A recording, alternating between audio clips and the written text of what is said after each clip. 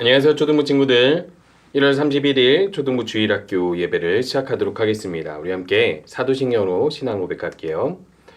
전능하사 천지를 만드신 하나님 아버지를 내가 믿사오며 그 외아들 우리 주 예수 그리스도를 믿사오니 이는 성령으로 잉태하사 동정녀 마리아에게 나시고 본디오 빌라도에게 고난을 받으사 십자가에 못 박혀 죽으시고 장사한 지 사흘 만에 죽은 자 가운데서 다시 살아나시며 하늘에 오르사 전능하신 하나님 우편에 앉아 계시다가 저리로서 산자와 죽은 자를 심판하러 오시리라.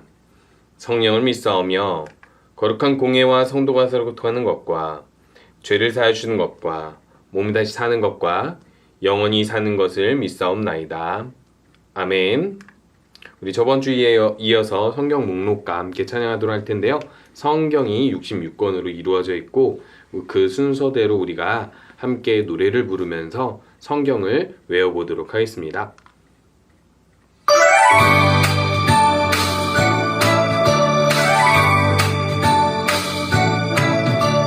창세기 출애굽기 레위기 민수기 신명기 여호수아 사사기 룻기 사무엘 상하 열왕기 상하 역대상하 에스라 느미야 에스더 욥기 시편 잠언 전도서 아가 이사야 예레미야 에가 에스겔 다니엘 호세아 요엘 아모스 오바댜 요나 미가 나오나 박복스 바냐 학계 스가랴 말라기.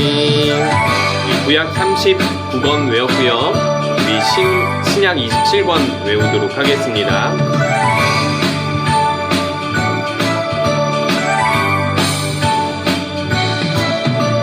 마태 마가 누가 요한 사도행전 로마서 고린도전 갈라디아서 에베소서 빌보서 골로새 데살로니가 전후서 디모데 전후리도서 빌레몬 이브리 야고보 에베소 전후 요한 2, 3 요사사 요한 계시록 구약 39권에다 신약 27권이다 성경 66권이다. 우리 잠시 기도하는 시간 가지도록 하겠습니다. 이 시간 우리 기도할 때 온라인으로 드리는 예배이지만 하나님께 마음을 다해서 예배를 드릴 수 있도록 하나님께 집중하는 시간 되도록 우리 함께 기도하도록 하겠습니다.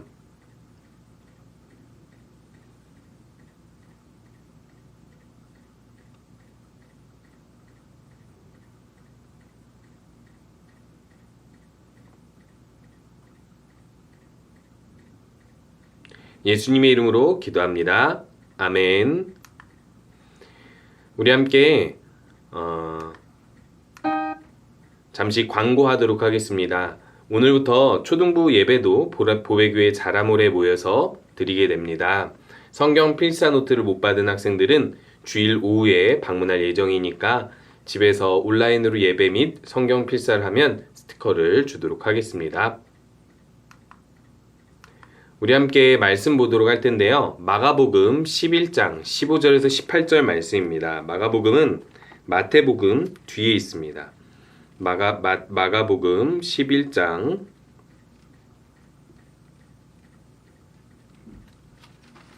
15절에서 18절 이렇게 큰 숫자로 11을 찾으시면 11장을 찾으실 수 있습니다. 15절에서 18절을 제가 읽도록 할게요. 예수님과 제자들이 예루살렘에 왔습니다. 예수님께서 성전에 들어가셔서 성전에서 사고 파는 사람들을 내쫓으셨습니다. 그리고 돈 바꾸어 주는 사람들의 책상과 비둘기 파는 사람들의 자리를 뒤엎으셨습니다.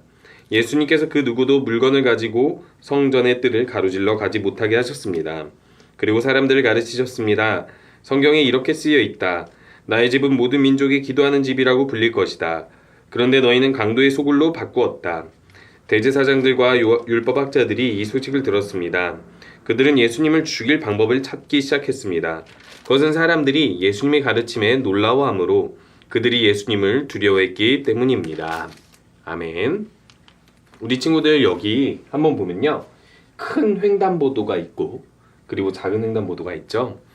우리 친구들 여기서 보면은 옛날에는 요즘에는 여기 작은 횡단보도 사이에 신호등이 있는데 옛날에는 작은 횡단보도 사이에 신호등이 없는 경우가 많았었어요. 제가 고등학교 때 학교 끝나고 돌아오는 길에 친구들이랑 같이 오는데 어떤 한 친구, 반가운 친구가 여기 서 있는 거예요. 그래가지고 이 작은 횡단보도는 차가 많이 다니진 않으니까 신호등도 없겠다. 제가 바로 뛰어갔어요. 그런데 저랑 같이 있던 친구 중 한 명이 엄청나게 소리를 지르면서 저한테 화를 내며 조심하라 그러는 거예요. 그런데 제가 딱 보니까 차가 제 바로 이 3cm에서 5cm 정도 앞에 선 거예요.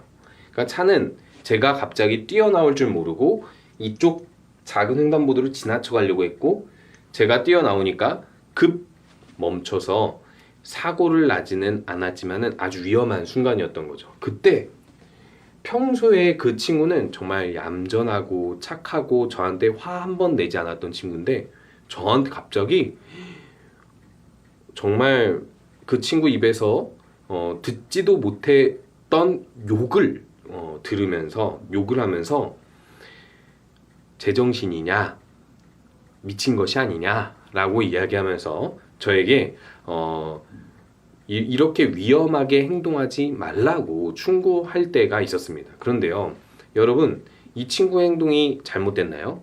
그렇지 않습니다. 이 친구가 이렇게 화내는 걸 보고 제가 마음속으로 뭘 느꼈냐면요.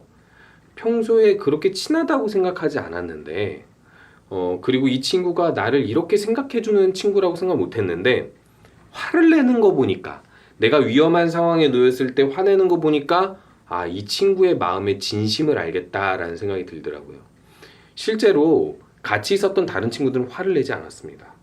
저한테 조심하라고도 말하지 않고 그냥 아유 다행이다 사고 안 나서 다행이네 위험할 뻔했어 이 정도로 넘어갔어요. 그런데 오히려 예민하게 화를 내며 반응했던 그 친구는 오히려 저의 안위를 상당히 걱정했었던 친구로 저는 기억을 하게 되었어요.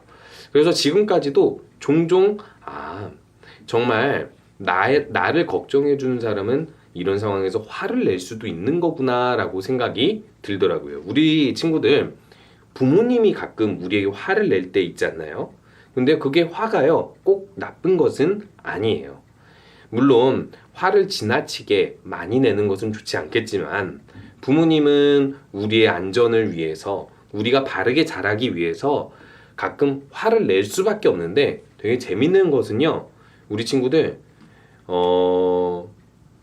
부모님들이 자녀들에게 화를 내는 내용을 제가 들어봤을 때 저는 그 아이들한테 화가 나지 않아요. 왠 줄 알아요? 내 아이가 아니니까요. 내 자녀가 아니니까 화가 나지 않아요. 그런데요 부모이기 때문에 더 많이 사랑하고 더 많이 자녀를 알기 때문에 화를 내는 걸 보면서 진정으로 이 화를 내는 것이 옳다는 것이 아니라 화를 낼 만큼 관심이 있고 또 올바른 대로 아이들을 가르치려는 마음이 있구나, 선한 마음이 있구나라는 것을 볼 때가 있습니다. 우리 친구들 오늘 이야기는 바로 그런 이야기를 담고 있는데 여기 내용을 보면요. 그림이 어떤 그림이 있어요? 예수님께서 어떤 행동을 하고 계시죠?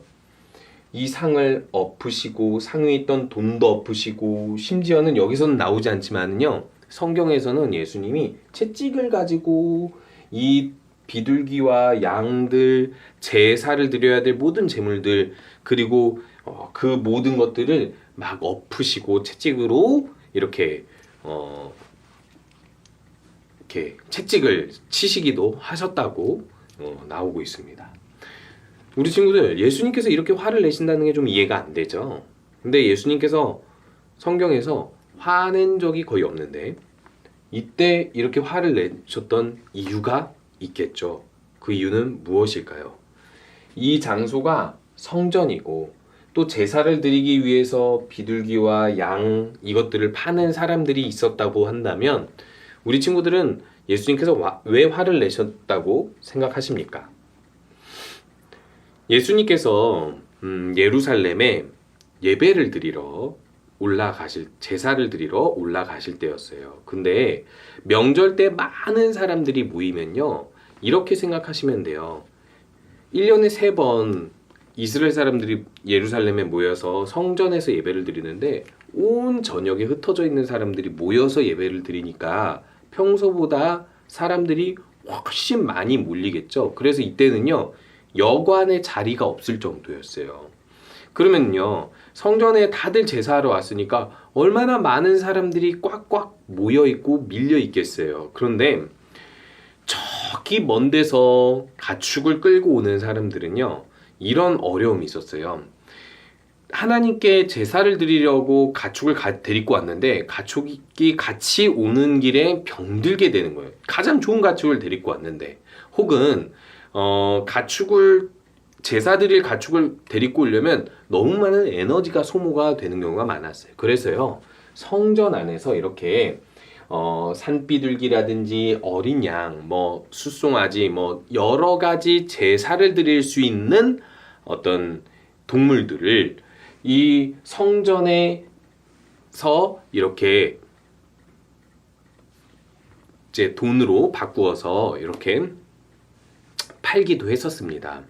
근데요, 여러분 생각해 보세요. 제사를 드리기 위한 거잖아요. 좀 더 편하게 자기 먼 집에서부터 가지고 올 필요 없이 돈만 가지고 와서 바꾸면 되는 거니까, 어떻게 보면 여기서 더 질 좋은 재물을 살 수 있다면 그것이 더 좋은 행동이라고 볼 수 있지 않나요? 그런데요, 예수님께서 이 성전을 아까 제가 보여줬던 것처럼 이렇게 엎으셨어요. 그 엎으신 이유가 무엇일까요? 예수님께서 이렇게 말씀하고 계십니다. 성경에 이렇게 쓰여 있다. 나의 집은 모든 민족의 기도하는 집이라고 불릴 것인데, 그런데 너희는 강도의 소굴로 바꾸었다 라고 이야기를 하고 있는 거예요. 여러분, 강도가 무엇이죠? 강제로 빼앗아서 자기의 이득을 챙기는 거예요. 근데 성전은요, 뭐 하는 곳이라고요? 강도의 소굴이 아니라 기도하는 집이래요. 만민이 기도하는 집이래요. 하나님을 예배하려고 사람들이 여기에 모여서 제사를 드리고 기도를 하고 하나님께 간구하는 곳인데, 그러려고 이렇게 돈으로 재물들을 사는 곳에서 무슨 일이 벌어졌냐면요, 여기서 이 재물들을 파는 사람들이 이렇게 하는 거예요. 멀리서 재물을 가지고 왔어도 이 재물들이 이상이 없어도, 아주 정상적이어도 이상이 있다라고 얘기를 하면서 그 재물은 합당하지 않다라고 이야기하는 거예요.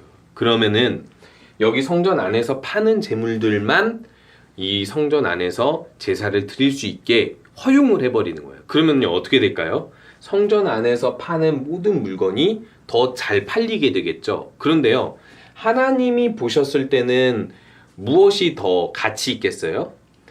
집에서부터 데리고 온 그 모든 재물들을 가지고 예배하는 사람들의 마음의 중심이 더 가치 있겠죠. 그런데요, 이렇게 성전에서 돈을 더 많이 벌려고 이 사람들이 자기 재물들을 더 가치가 떨어져도 사라고 하고, 그 재물들만 제사를 드릴 수 있게 성전의 제사장들과 이렇게 같이 계획을 꾸몄던 거예요. 그러니까 예수님께서 이들의 마음 속에 무엇이 있냐, 하나님께 사람들이 예배드리게 하고 하나님을 모든 만민이 기도하는 집이 되게끔 하는 것이 아니라 자기들이 이득을 취하려고 이렇게 행동한다는 것을 아시고 강도의 소굴이라고 하면서 이것을 다 엎으셨던 것입니다. 예배하는 곳인데요, 이곳에 예배를 인도하는 사람들이 예배하러 온 사람들이 예배할 수 없게 한 거예요. 더 정확히 말하면 하나님께서는 이 제물을 통하여서 예배를 받으시는데, 이 재물들을 가지고 자기들의 이득을 챙기니까 예수님께서 이것에 대해서 화를 내며 엎으실 수밖에 없었던 겁니다. 여러분, 예수님께서 이렇게 행동하시면서 우리에게 주시는 말씀은 무엇일까요? 바로 하나님께 예배하는 것은 이렇게 가볍게 할 수 없다라는 것입니다. 정말 하나님께 예배하러 오는 사람들이라면 이렇게 자기들의 이득을 챙기려고 하는 것보다는 하나님을 기쁘시게 하려는 마음이 있어야 된다라고 가르치고 있는 거예요. 자, 그러면 우리 친구들 한번 같이 이 말씀을 읽으면서 우리가 어떻게 행동해야 되는지 살펴보았으면 합니다. 이에 가르쳐 이르시되 기록된 바 내 집은 만민이 기도하는 집이라 칭함을 받으리라고 하지 아니하였느냐. 너희는 강도의 수구를 만들었도다 하시매. 우리가 강도의 수구를 만든다는 건 한마디로 이야기해서 예배하러 나왔는데 이 예배하러 온 곳에서 내 이득만 챙기려고 하는 거예요. 내가 조금 더 편하려고 하고, 내가 예배하러 나왔지만 친구들과 장난치고 하나님 말씀에 귀 기울이지 않고 그저 단순히 상을 받으려고만 하고, 내가 더 재밌게 놀다 가고 싶고, 이런 내가 더 편하고자 하는 것, 내가 좀 더 이득을 보고자 하는 마음이 바로 강도의 소굴을 만드는 거라고 이야기하고 있는 거예요. 그렇다면 어떻게 예배해야 되는 것일까요? 우리 마음 속에 무엇을 가지고 있냐면, 오늘 하나님께 예배하러 오는 이 시간에 나를 구원하여 주시고 또 나에게 여러 가지 필요한 것을 다 채워주신 하나님께 하나님을 기쁘시게 해야 되겠다. 내가 좀 더 하나님께 진심으로 찬양하고 좀 더 진심으로 기도하고 진심으로 하나님의 말씀을 듣고 그 하나님의 뜻을 따라 살아가고 싶다. 내가 하나님을 예배하는 이 시간을 소중히 여겨야 되겠다 생각하고 예배 전부터 마음의 준비를 하고 오는 것이 바로 진정으로 예수님께서 우리에게 가르쳐 주시는 예배의 자세인 거예요. 자, 그러면 우리 친구들 어떻게 하나님을 섬겨야 될까요? 거룩한 내가 되어서 하나님을 섬기는데, 거룩하게 되는 게 무엇입니까? 하나님께 나올 때 하나님이 기뻐 받으실 만한 좋은 사람, 하나님의 마음에 보시기에 좋은 사람이 되는 것이 바로 거룩한 사람이 되는 거예요. 우리 친구들 그런 마음으로 예배하고 있나요? 그런 마음으로 예배를 준비했나요? 집을 나서기 전에, 그리고 또 이 예배 영상을 틀기 전에 내가 단순히 예배 영상만 보고 끝나야지, 집을 나서서 단순히 예배만 드리고 끝나야지, 이것이 아니라 정말 하나님을 기쁘시게 해야지, 정말 하나님께서 나에게 주신 은혜에 감사하는 마음으로 이 예배를 소중히 여겨야 되겠다, 이렇게 생각하시는 친구들인지 생각해 보셨으면 좋겠습니다. 우리 친구들, 이제는 우리 친구들이 예배하러 하나님께 나올 때, 이렇게 영상을 통해서도 예배 드릴 때 내가 하나님께 예배하는 이 시간을 강도의 숯불로 만드는 것이 아니라, 내 이득을 위한 시간으로 만드는 것이 아니라 하나님을 기쁘시게 하고 하나님께 진실하게 예배하고 기도하는 시간이 돼야 되겠다. 그렇게 마음을 바꾸시고 또 그렇게 예배를 준비하는 우리 모든 친구들 되셨으면 좋겠습니다. 우리 함께 주기도문 하도록 할게요. 하늘에 계신 우리 아버지여, 이름이 거룩히 여김을 받으시오며 나라가 임하시오며 뜻이 하늘에서 이루어진 것 같이 땅에서 또 이루어지리이다.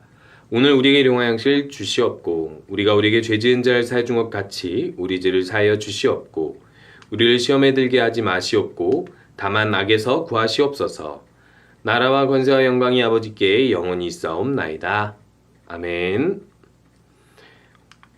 이렇게 예배 마치도록 하겠습니다. 우리 친구들 한 주간도 하나님을 기쁘시게 하는 것이 무엇인지를 생각해보고 더욱더 하나님이 기쁘시게 하는 예배를 준비하는 우리 친구들 되었으면 좋겠습니다.